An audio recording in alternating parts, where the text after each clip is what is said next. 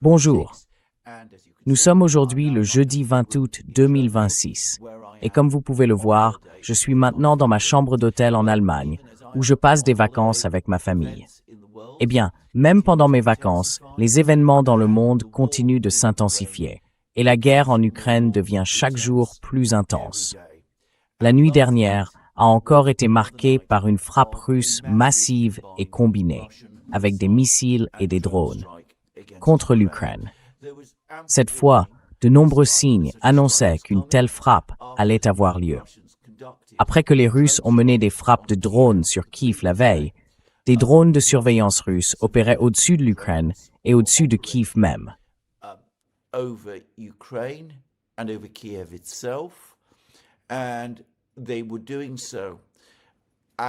Et ils le faisaient à un niveau d'intensité inhabituel dans cette guerre. Et tout le monde pouvait le voir. Tout le monde spéculait sur l'arrivée d'une frappe russe massive, combinant missiles et drones. Et elle a bien eu lieu au cours des heures qui ont suivi. Nous ne sommes que quelques heures après cette frappe. Le nombre total de missiles et de drones utilisés par les Russes fait l'objet de nombreux débats et de beaucoup de spéculations. Les Ukrainiens, bien sûr, ne nous donnent plus de chiffres sur les missiles russes, car le faire reviendrait à reconnaître ce qui est, pour eux, une vérité amère. Ils n'ont plus les moyens, même en théorie, d'abattre aucun de ces missiles.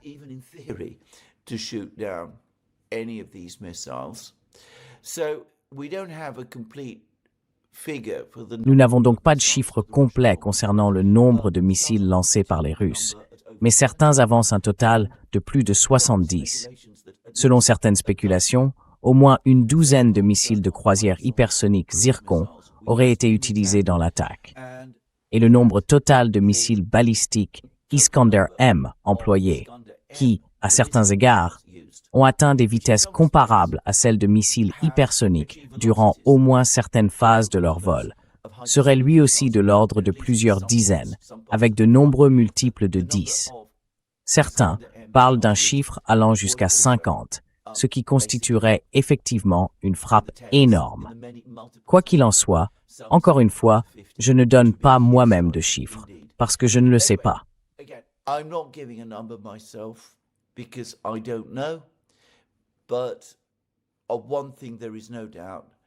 Mais une chose ne fait aucun doute, un très très grand nombre de missiles ont été utilisés. Et il semble que la cible principale ait été Kiev, la capitale ukrainienne. Les Russes ont, comme ils le font désormais régulièrement, fourni leur version des cibles qu'ils ont attaquées à Kiev. Ainsi, selon le ministère russe de la Défense, la nuit dernière, les forces armées russes ont mené une frappe massive avec des armes de haute précision lancées depuis le sol, les airs et la mer, ainsi qu'avec des drones de longue portée. Elles auraient touché des entreprises de l'industrie de la défense, un centre de transport et de logistique, ainsi que des dépôts à Kiev et dans la région de Kiev. Les cibles suivantes auraient été touchées.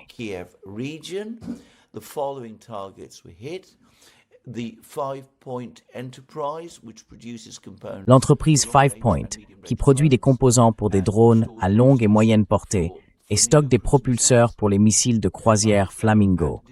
Un centre de vente en gros et de distribution de la société UKAC Spec Systems, qui produit des composants pour des drones à longue et moyenne portée.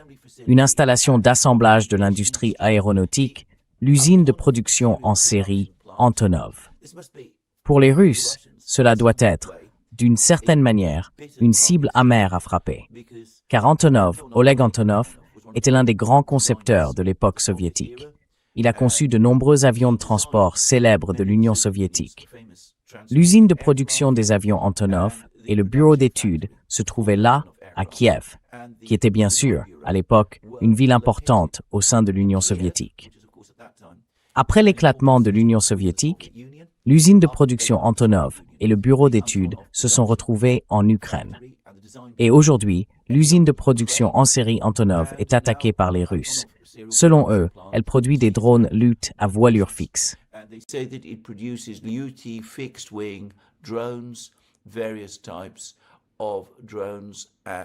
Divers types de drones y sont conçus et fabriqués. Les drones LUT font partie des drones à longue portée que les Ukrainiens utilisent pour mener des frappes en profondeur, loin à l'intérieur de la Russie. Le ministère de la Défense affirme ensuite que dans la région de Kiev, le centre de transport et de logistique de Matusovka a été attaqué. Il stockait et distribuait des biens à double usage, notamment destinés à la production de drones de longue et moyenne portée, de robots et de systèmes de guerre électronique. Le dépôt de carburant de Brovary a également été visé. Il contenait jusqu'à 8000 mètres cubes de carburant destinés aux forces armées ukrainiennes. Puis, le ministère russe de la Défense affirme que le même soir, le 19 août, des entrepôts et du matériel militaire ont été frappés dans les ports de la mer Noire de Tchernomorsk et de Yuzhny. En fait, au cours des dernières heures, les frappes et les attaques se sont multipliées sur les côtes de la mer Noire et en mer Noire. Les attaques russes contre les côtes de la mer Noire et le sud-ouest de l'Ukraine se poursuivent sans relâche.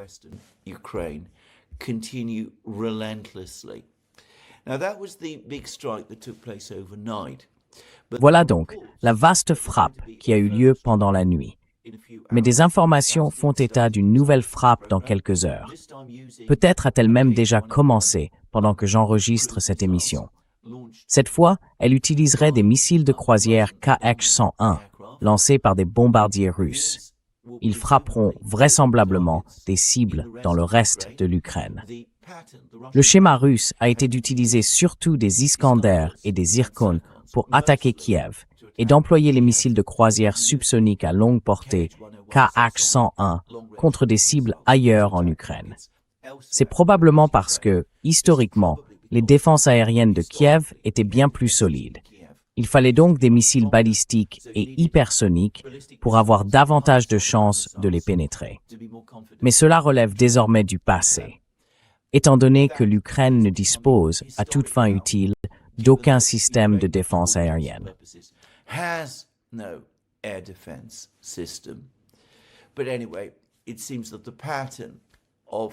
Mais quoi qu'il en soit, il semble que la pratique consistant à concentrer les Iskander, les Zirkon et les Kinjal, lorsqu'ils sont utilisés occasionnellement sur Kiev, et à utiliser les H-101 ainsi que les missiles Calibre lancés depuis des navires en mer Noire pour frapper des cibles ailleurs, se poursuivent, si vous voulez.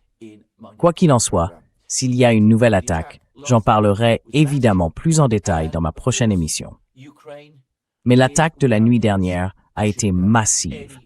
Et bien sûr, l'Ukraine n'a aucun moyen d'abattre ces missiles, ni de protéger ses installations industrielles contre les attaques russes. Indépendamment du fait que les Russes frappent désormais ces usines de Kiev à plusieurs reprises, l'absence de défense aérienne doit être profondément démoralisante pour les ouvriers et les techniciens qui y travaillent. Il y aura donc une peur et une inquiétude constantes face à de nouvelles attaques russes.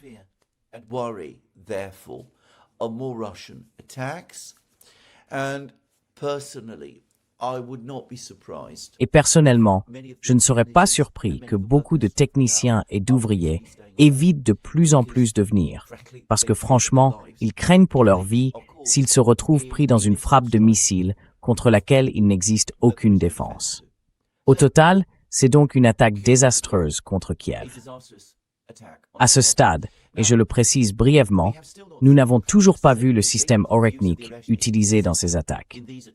Pour l'instant, les Russes se contentent d'employer des missiles balistiques, des drones et des missiles hypersoniques Zirkon. On voit parfois des missiles Kinjal être utilisés, mais moins souvent qu'au début de la guerre. Apparemment, la production de missiles Kinjal se poursuit sans diminution, et un stock est donc en cours de constitution. Apparemment, la production de missiles Oreshnik est également en cours. Un stock de ces missiles est donc lui aussi en train d'être constitué.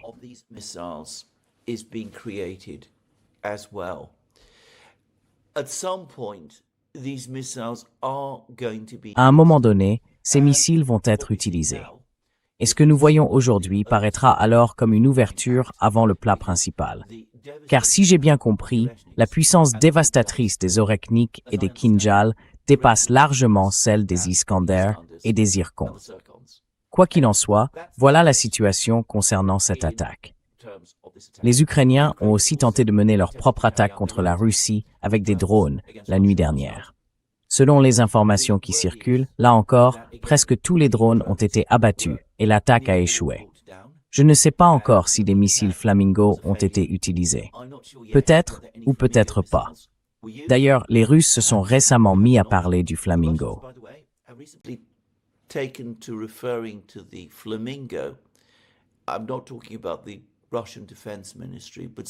Je ne parle pas du ministère russe de la Défense, mais certains commentateurs russes se sont récemment mis à appeler le missile Flamingo non pas un missile, mais un gros drone ukrainien lourd, propulsé par un moteur à réaction.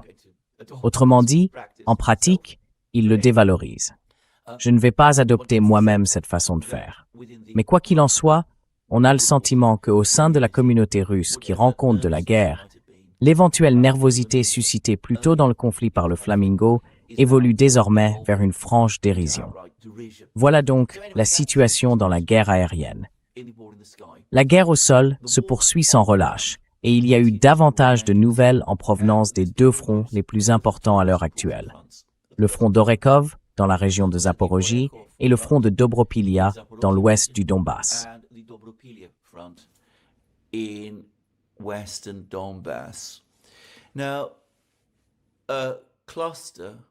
Eh bien, plusieurs journalistes russes affirment maintenant que l'important village de Mala Tokmachka, situé au sud-ouest d'Orikiv, est désormais entièrement et définitivement sous contrôle russe.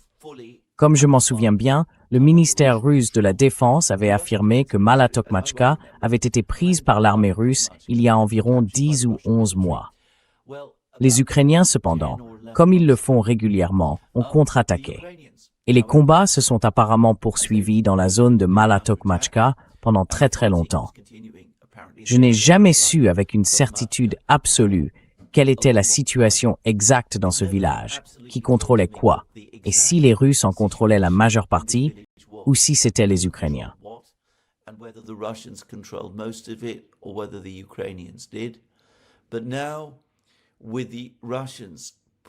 Mais maintenant que les Russes avancent sans cesse plus loin à l'intérieur d'Orekov, plus personne ne doute que Malaya Tokmachka est sous contrôle russe. Et c'est important, car si les Russes disposent désormais d'un contrôle total, sans entrave ni contestation, de Malaya Tokmachka, ils peuvent s'en servir pour couvrir leurs forces logistiques. Celles-ci fournissent matériel, armes, carburant, munitions, nourriture et eau aux troupes russes qui combattent à l'intérieur même d'Orekov. Le flux de ces approvisionnements et de ces équipements va certainement s'intensifier. Et cela accélérera presque à coup sûr la chute d'Orekov dans son ensemble. Là encore, les versions divergent quant à la profondeur de la pénétration russe à l'intérieur d'Orekov. Certains rapports affirment qu'ils ont pris ou atteint le centre d'Orekov. D'autres disent qu'il leur reste encore du chemin à parcourir.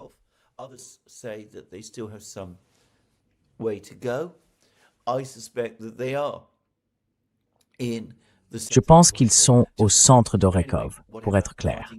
Mais enfin, quoi qu'il en soit, les combats ont lieu à Orekov, et les Russes progressent de plus en plus à l'intérieur de la ville. Et comme les approvisionnements vers Orekov sont presque entièrement coupés, comme je l'ai expliqué dans l'émission d'hier, il va être très difficile pour les Ukrainiens, à mon avis, de tenir leur position à Orekov très longtemps. Or, la situation des défenseurs ukrainiens à Orekov s'est encore aggravée pendant la nuit, à un autre égard. Car la nuit dernière, ou tôt ce matin, le ministère russe de la Défense a affirmé qu'un autre village, appelé Vodianie, situé sur les défenses orientales menant à Orekov, avait été capturé par les Russes.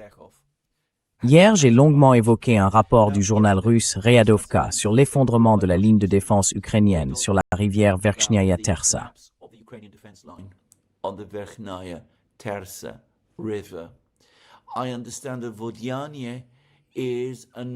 Je comprends que Vodianie est un autre des villages situés sur la rivière Verkhnaya Tersa.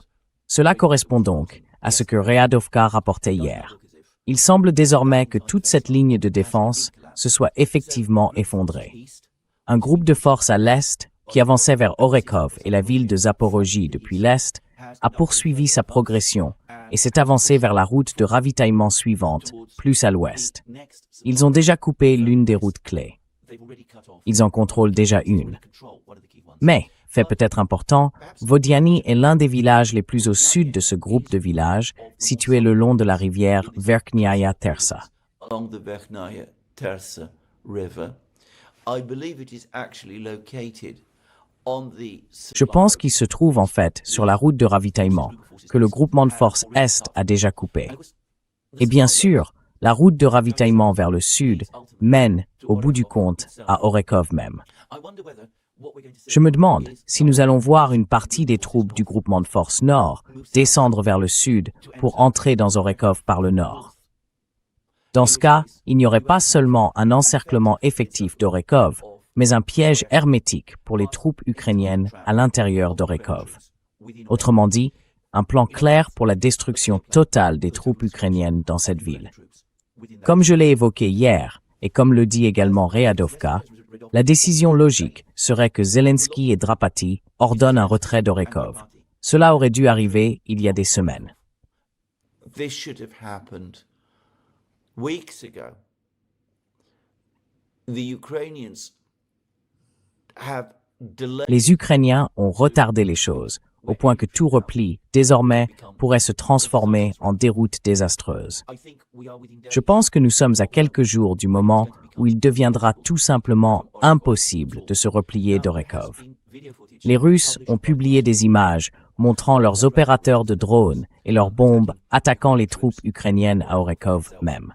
Et je dois dire que ces images, du moins ce que j'ai pu en comprendre, m'ont réellement bouleversé. Non seulement on y voyait des hommes qui ont désormais de très fortes chances de mourir bientôt de mort violente, ce que je trouve toujours bouleversant. Mais au-delà de cela, il m'a semblé que ces soldats ukrainiens à Orekov, attaqués de cette manière, paraissaient désorganisés et en plein chaos. Disorganized and chaotic. I have watched many films. J'ai regardé de nombreuses vidéos au cours des 4 ans et demi de combat en Ukraine. Je n'ai jamais trouvé cela facile. Mais enfin, si l'on veut faire des reportages, il faut le faire. Je me suis habitué à observer des soldats au combat. Pour moi, cela ressemblait non pas au premier stade, mais à un stade avancé de désorganisation et d'effondrement. Cela m'a rappelé des images que je me souviens avoir vues lors de la bataille de Soudja, dans la région de Koursk, en mars 2025, lorsque les défenses ukrainiennes s'y sont effondrées. Dans cette bataille précise, dans la région de Koursk, ce qui s'est finalement passé, c'est que le général Syrski, le chef militaire ukrainien, a pris personnellement le commandement. Took personal charge.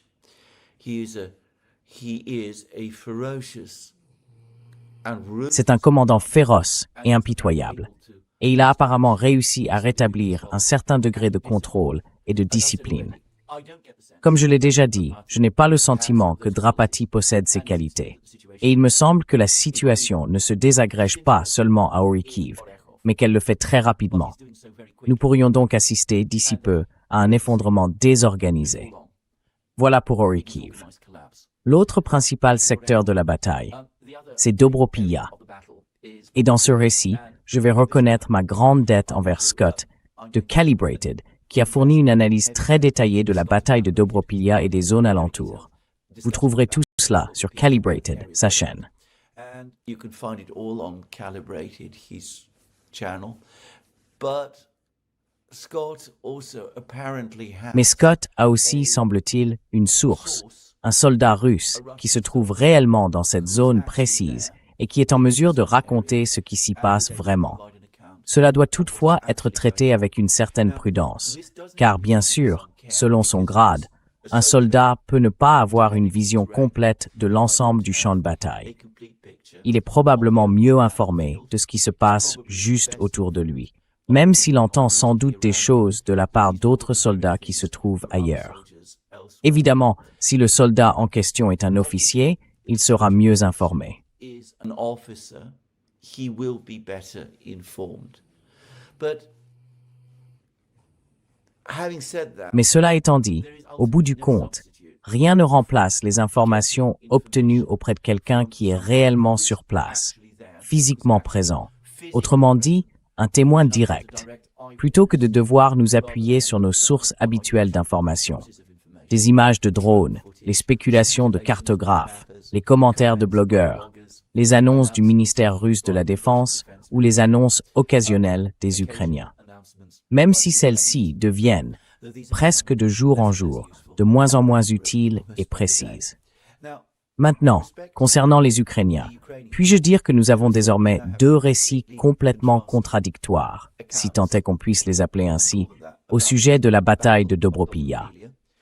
L'un vient de Deep State, qui nous présente un paysage entièrement imaginaire de cette bataille. Les Russes n'ont toujours pas capturé Konstantinovka. The Russians still haven't captured Konstantinovka.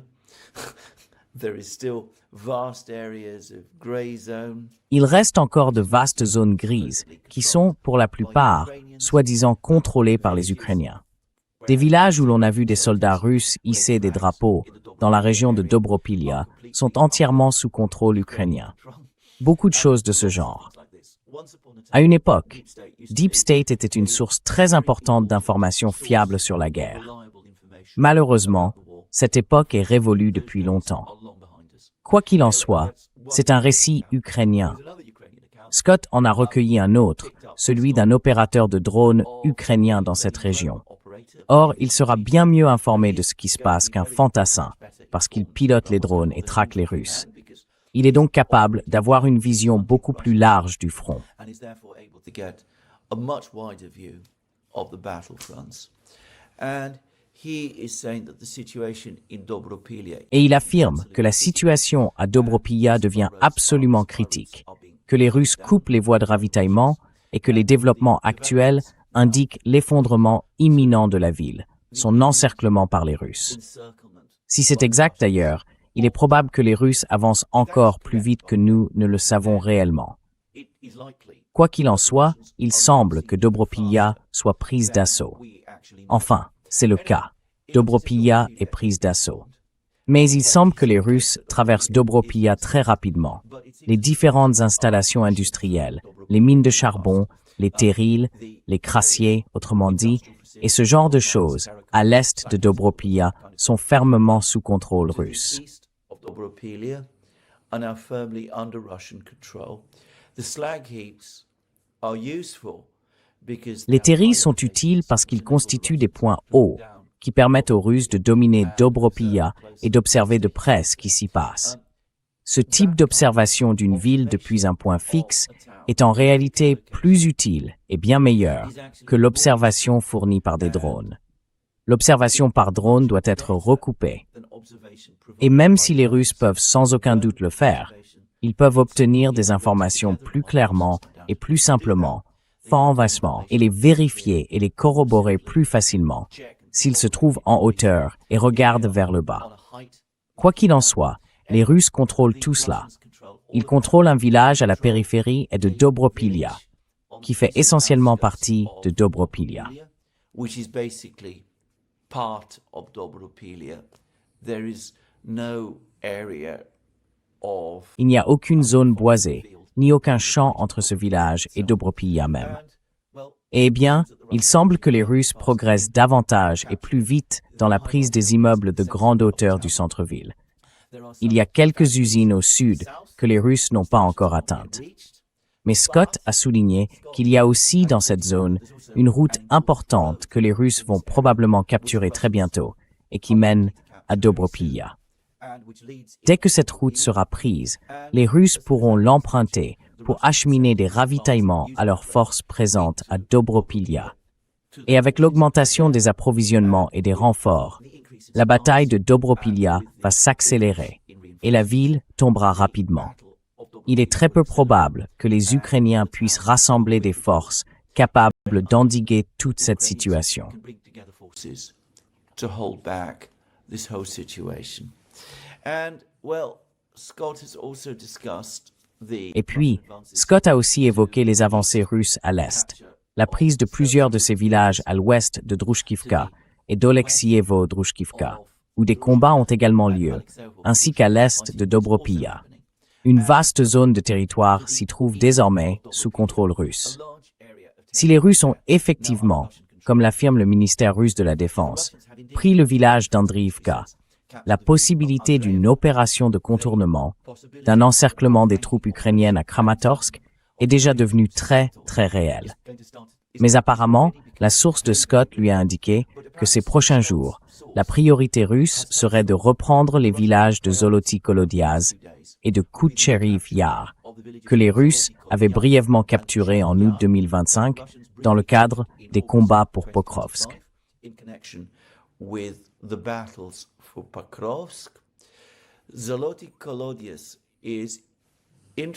Zoloty Kolodiaz est intéressant et important parce que, soi-disant, l'équivalent ukrainien de la ligne Sourovikine devait y être construit. Je n'ai jamais vu la moindre preuve que cette énorme structure de génie militaire, dont on entendait beaucoup parler autrefois, existe réellement. Je dis ça comme ça. Mais quoi qu'il en soit, c'est intéressant pour cette raison. Mais si les Russes reprennent ces villages, et je veux dire, c'est certain qu'ils vont les reprendre, cela se produira probablement assez vite au cours des prochains jours. Et cela voudra dire que les Russes contrôleront une large bande de territoire s'étendant de Kramatorsk même et de Druzhkivka jusqu'à Dobropilla.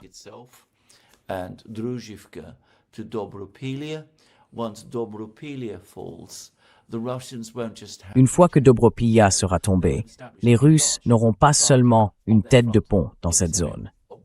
Ils y auront établi une grande partie de leur front, un front large, idéal pour poursuivre leur avance vers le nord, couper les routes de ravitaillement qui relient l'ouest à Sloviansk et Kramatorsk, et encercler les forces ukrainiennes dans ces deux villes, Sloviansk et Kramatorsk.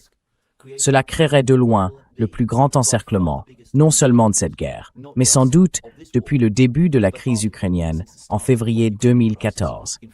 Or, Scott pense que les Ukrainiens le comprennent et qu'ils ont déjà pris la décision stratégique de se retirer de Sloviansk et Kramatorsk.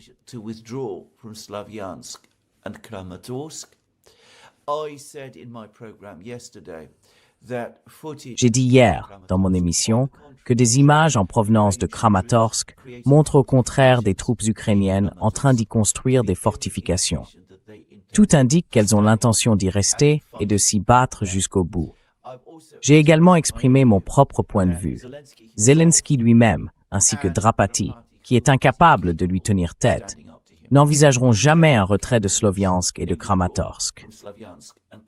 Ces deux villes sont trop importantes politiquement pour que Zelensky accepte un jour une telle chose. Et puis, il y a aussi une logique stratégique à essayer de les conserver.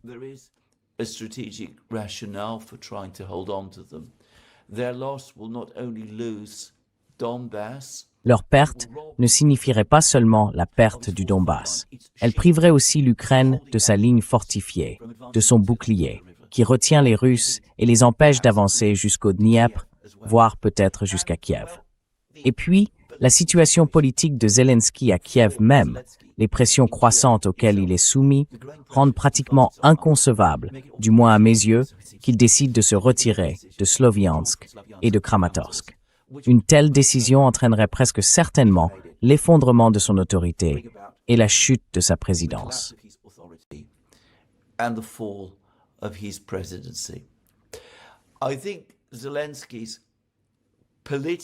Je pense que le calcul politique de Zelensky est qu'il peut survivre à la prise de Sloviansk et de Kramatorsk par les Russes s'il y a une bataille et que l'Ukraine continue de se battre. En fait, dans une partie peut-être quelque peu exaltée de son esprit, il se dit peut-être même que si Sloviansk et Kramatorsk tombent après une bataille difficile, il peut s'en servir.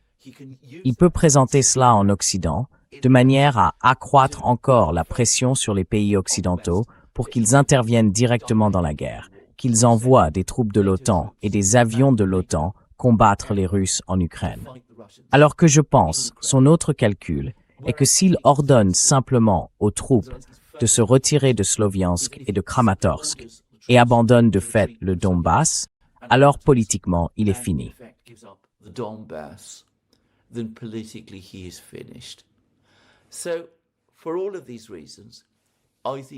Donc, pour toutes ces raisons, je pense qu'il va ordonner aux troupes ukrainiennes, à Sloviansk et Kramatorsk, de rester sur place. Et elles resteront. Il y aura un encerclement, et ce sera un désastre. Et probablement que certaines des meilleures troupes de l'armée ukrainienne seront prises dans ce désastre. Même si je m'attends à ce que les 2 brigades Azov, qui défendent apparemment Dobropilia actuellement, ne soient pas abandonnées de cette manière. Elles au moins seront repliées vers Kiev. Et c'est à la situation à Kiev que je vais maintenant en venir. Car le 17 août, le Parlement ukrainien a repris ses travaux et la politique, si l'on peut appeler cela ainsi, a repris à Kiev, dans un pays devenu aussi dysfonctionnel que l'Est aujourd'hui l'Ukraine. Avant d'en parler, permettez-moi simplement de dire quelques mots sur la situation actuelle de l'Ukraine. Say a few things about Ukraine's current situation. I've discussed in some detail the situation. J'ai déjà parlé en détail de la situation dans le ciel. La Russie vient de mener une frappe majeure sur Kiev. Nous risquons fort d'avoir une nouvelle grande frappe russe dans le reste de l'Ukraine, peut-être même dans les prochaines heures. Nous voyons que 2 villes d'une importance cruciale, Orikhiv et Dobropilya, semblent sur le point de tomber. Nous avons encore des incertitudes sur ce qui se passe à Lyman, mais Lyman est probablement tombée elle aussi. Les Russes prennent chaque jour davantage le contrôle de la région de Kharkiv et de la région de Sumy. C'est simplement que je n'ai jamais le temps de suivre tout cela. Pendant ce temps, la côte ukrainienne sur la mer Noire est bloquée. Meanwhile, Ukraine's Black Sea coast is blockaded. We have a critical situation in its agricultural. Nous avons une situation critique dans son secteur agricole. Les agriculteurs ne peuvent pas exporter les récoltes qu'ils produisent, et semble-t-il, beaucoup sont désespérés. Il est très probable que nous assistions à l'effondrement de l'économie agricole ukrainienne. Et pour aggraver encore les problèmes, l'Ukraine ne dispose pas de capacité de stockage suffisante pour entreposer cette énorme récolte qui ne peut désormais plus être exportée. De plus, la destruction par la Russie de stations de remplissage de gaz, ainsi que la grande attaque contre la raffinerie de Kremenchuk, combinée à une pénurie mondiale de gazole, font que l'économie agricole et une grande partie du reste de l'économie n'ont plus le carburant nécessaire pour fonctionner. No longer have fuel upon which to work. And the critically important. Et l'industrie sidérurgique, d'une importance cruciale, a elle aussi subi des dommages considérables. Selon certaines informations, la frappe russe de missiles Iskander contre l'aciérie de Kryvyi Rih aurait pratiquement détruit cette usine essentielle, au point qu'il n'y aurait aucun espoir de la réparer dans les prochains mois. Et de toute façon, quelle réparation l'Ukraine est-elle en mesure d'effectuer en ce moment? Et à cela s'ajoutent, bien sûr, les frappes constantes de missiles et de drones russes à travers l'Ukraine. Il y a de bonnes raisons de penser que bientôt, les drones Geran opéreront eux aussi en masse dans l'ouest de l'Ukraine, dès que le système Rasvet sera suffisamment développé pour pouvoir les soutenir.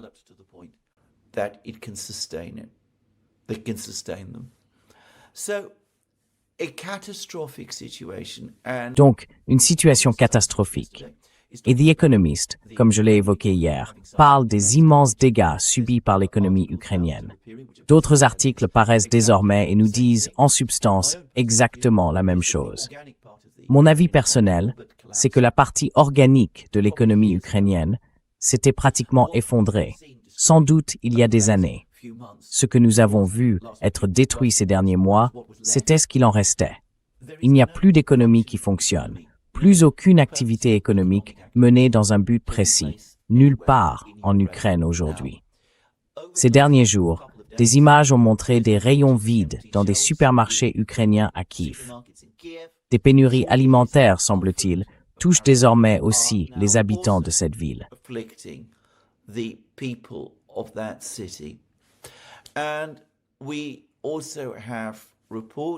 Et nous avons aussi des rapports qui semblent vérifier, selon lesquels l'Ukraine ne dispose désormais plus que d'1/5 de la capacité de production d'énergie qu'elle avait avant le début du conflit. Une grande partie de ces infrastructures est également dans un état préoccupant. Il existe un risque très réel de coupure totale d'électricité pendant de longues périodes cet hiver, surtout si les Russes reprennent, comme ils ne manqueront pas de le faire, leurs attaques contre le système énergétique. Et les Russes semblent maintenant préparer des frappes contre le réseau de transport du gaz.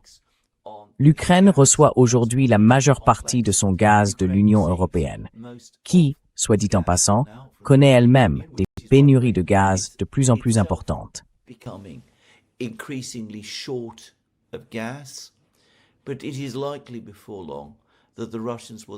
Mais il est probable que, d'ici peu, les Russes s'attaquent aux gazoducs et aux installations de stockage, réduisant encore la disponibilité du gaz utilisé pour le chauffage en hiver dans toute l'Ukraine.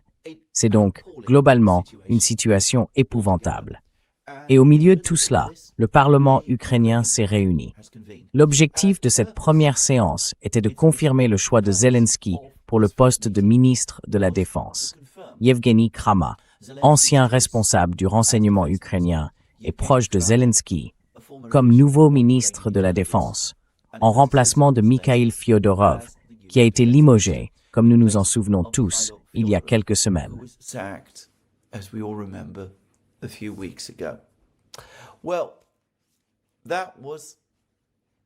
Eh bien, c'était le plan. Et je dois dire que selon moi, ce plan va être mis à exécution. Krama a d'ailleurs bien reçu l'approbation du Parlement et il est désormais officiellement ministre de la Défense de l'Ukraine. Les demandes incessantes de Fyodorov pour être réintégré ont été ignorées. Et Zelensky a une nouvelle fois réussi à imposer sa volonté. Fyodorov est donc toujours très clairement mis à l'écart. Mais il se radicalise désormais. Il a prononcé un discours au moment où le Parlement se réunissait, exigeant non seulement sa réintégration, mais aussi que le Parlement adopte une loi appelant à de nouvelles élections. Et il était assez évident qu'il parlait d'élections présidentielles. Peu après, cet appel a effectivement été lancé.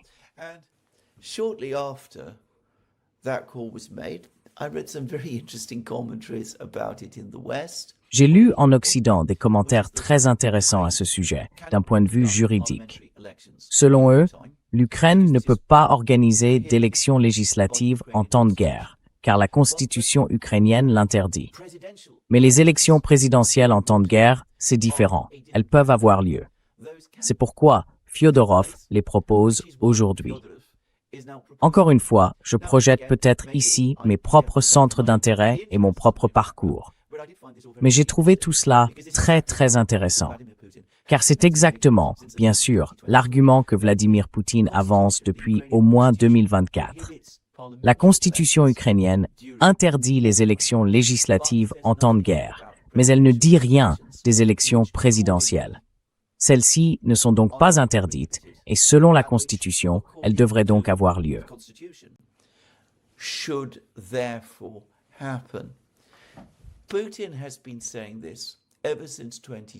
Poutine affirme cela depuis 2024. Il soutient que le fait que Zelensky n'ait pas organisé d'élections présidentielles en 2024 en invoquant l'état d'urgence lié à la guerre rend sa position illégitime. Eh bien, l'appel de Fyodorov à organiser des élections, tous les commentaires qui nous expliquent à quel point ce serait une démarche parfaitement appropriée et légalement possible. Est-ce que tout cela ne nous dit pas exactement la même chose? Exactement ce que Poutine dit depuis le début. J'ai toujours évité de me laisser entraîner dans des discussions sur ce genre de questions. Je ne suis pas expert de la constitution ukrainienne, ni de la façon dont les Ukrainiens procèdent. Il m'a toujours semblé que c'était aux Ukrainiens d'en décider, pas à Poutine.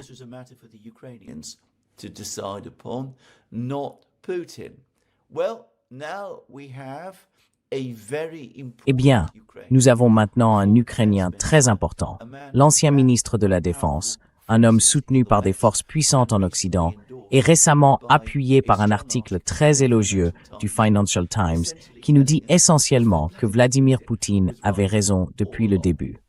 Je dis ça comme ça. Bref, passons à la suite. Fyodorov a exigé que le Parlement convoque de nouvelles élections. Eh bien, le Parlement n'en a évidemment rien fait. Ils n'ont aucun intérêt à voir Zelensky écarté, parce que la plupart d'entre eux sont ses hommes de main. Mais il y a eu un débat très conflictuel au sein du Parlement ukrainien, au cours duquel les réalités critiques de la société ukrainienne et de l'économie ont enfin été abordées et pleinement reconnues.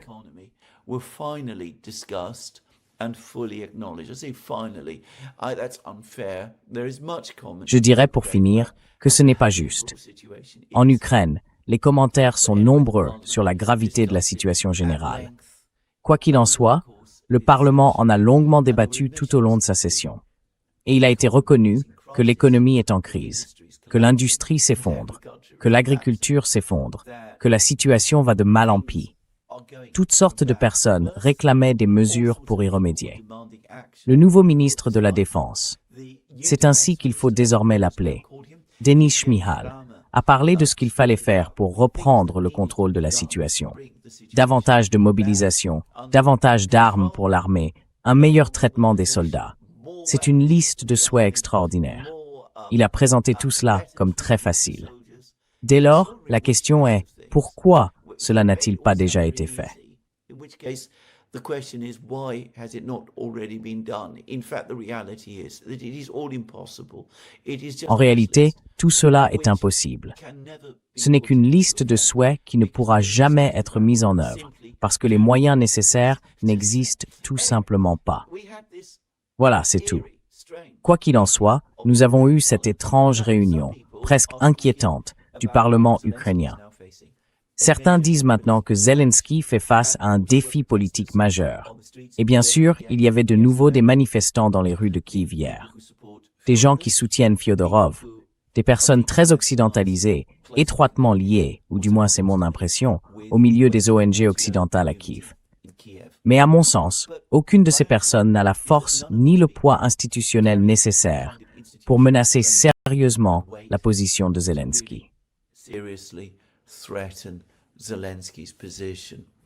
And there was, on top of that, an article. Et il y avait, en plus de cela, un article dans le Daily Telegraph de Londres, signé par le journaliste Con Coughlin, qui soutenait lui aussi fermement Zelensky et disait qu'il ne fallait pas le destituer, que ce n'était pas le moment de le remplacer. Il reste ce grand dirigeant inspirant dont l'Ukraine a besoin en cette période de crise, même si toutes ces inquiétudes et tous ces problèmes l'assaillent. Et ce à quoi Colin fait référence, ce sont les scandales de corruption en cours. Car alors même que Fyodorov appelait à des élections, le NABU perquisitionnait les bureaux de la directrice adjointe de l'administration présidentielle de Zelensky. Si j'ai bien compris, elle est restée en poste depuis la période Yermak.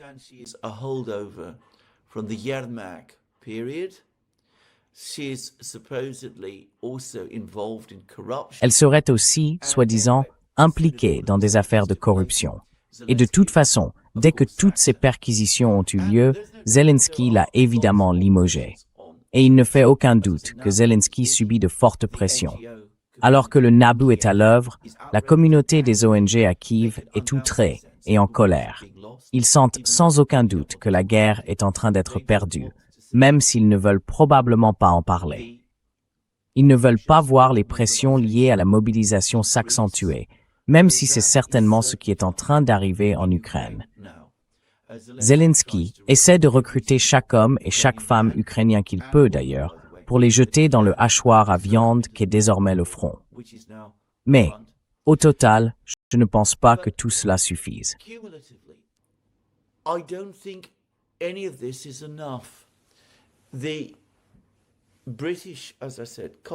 Les Britanniques, comme je l'ai dit.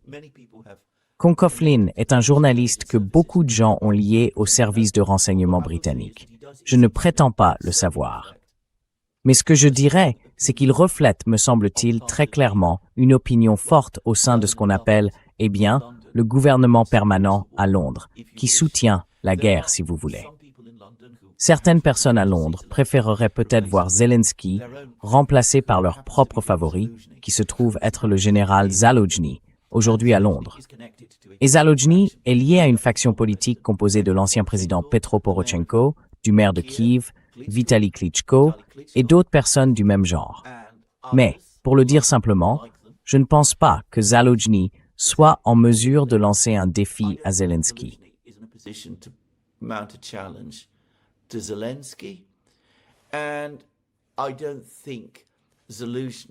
Et je ne pense pas que Zaluzhny et Fedorov aient beaucoup de choses en commun. Il me semble que le soutien à Fedorov vient d'un tout autre milieu, comme je l'ai dit, des ONG. Et je ne pense pas qu'ils aient suffisamment de poids politique à Kiev pour défier Zelensky, que les Britanniques soutiennent globalement encore, et qui, me semble-t-il, conserve aussi le soutien général de l'Union européenne. Et il n'est pas difficile de comprendre pourquoi. En fait, on en trouve des indices dans l'article de Con Coughlin. Écartez Zelensky maintenant. Faites un coup d'État contre lui maintenant, car c'est à cela que cela reviendrait. Et vous n'obtiendrez pas une situation plus stable en Ukraine. Vous risquez plutôt d'avoir des luttes politiques internes qui s'intensifient, menant à un effondrement rapide. J'ai déjà soulevé ce point plusieurs fois dans des émissions précédentes. In previous programs, Zelensky, maybe all of the things that people say. Zelensky, peut-être tout ce que les gens disent de lui, hystérique, corrompu, désorganisé, chaotique, absurde, irrationnel, impitoyable, insensible. On pourrait trouver bien d'autres mots.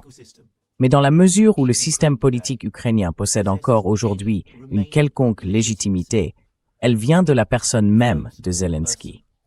Si vous retirez Zelensky, vous retirez la clé de voûte de ce qui est déjà une arche chancelante, le reste du système politique ukrainien. Vous n'obtiendrez pas une meilleure situation avec quelqu'un d'autre. Vous verrez au contraire l'ensemble s'effondrer. Et pour être clair, Zelensky bénéficie encore d'un solide soutien institutionnel. Azov et les autres groupes ultranationalistes radicaux le soutiennent désormais, me semble-t-il. Now support him. He makes sure that they get significant funds. Il veille à ce qu'ils reçoivent des financements importants qui continuent d'arriver d'Occident en Ukraine. Il leur a aussi donné de nouveaux gages de son soutien en rapatriant les dépouilles d'ultranationalistes ukrainiens des années 1930 et 1940, malgré leurs histoires souvent macabres. Et cela a probablement encore renforcé son soutien auprès d'Azov et des autres brigades et bataillons nationalistes. Et parallèlement au soutien de ces gens qui sont armés, organisés et ont du poids, Zelensky semble aussi exercer un contrôle étroit sur le principal service ukrainien de sécurité et de renseignement, le SBU. Il est désormais dirigé par un homme appelé Poklad, fidèle à Zelensky et qui, selon de multiples informations, a la sombre réputation d'une brutalité absolue face à ses rivaux et à ses ennemis, y compris ceux de Zelensky.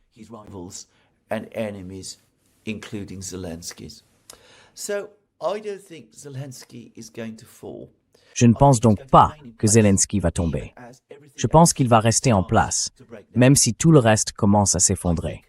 Je pense que, si l'effondrement survient, son plan, ainsi que celui des autres dirigeants ukrainiens de son entourage, sera d'essayer de s'enfuir vers l'ouest, en emportant tout ce qu'ils pourront. Je ne sais pas si les Russes, de leur côté, ont un plan concernant Zelensky. Peut-être que oui, mais pour le moment, du moins, je pense qu'il reste pleinement en place. Et c'est évidemment un désastre pour l'Ukraine. Car un effondrement de l'Ukraine qui mènerait à la fin de la guerre serait bien préférable à ce que nous allons voir. Une prolongation de la guerre qui étendrait encore davantage l'agonie de l'Ukraine. Sur ce point, je vais conclure cette vidéo en disant que la responsabilité première, comme toujours, incombe aux Européens.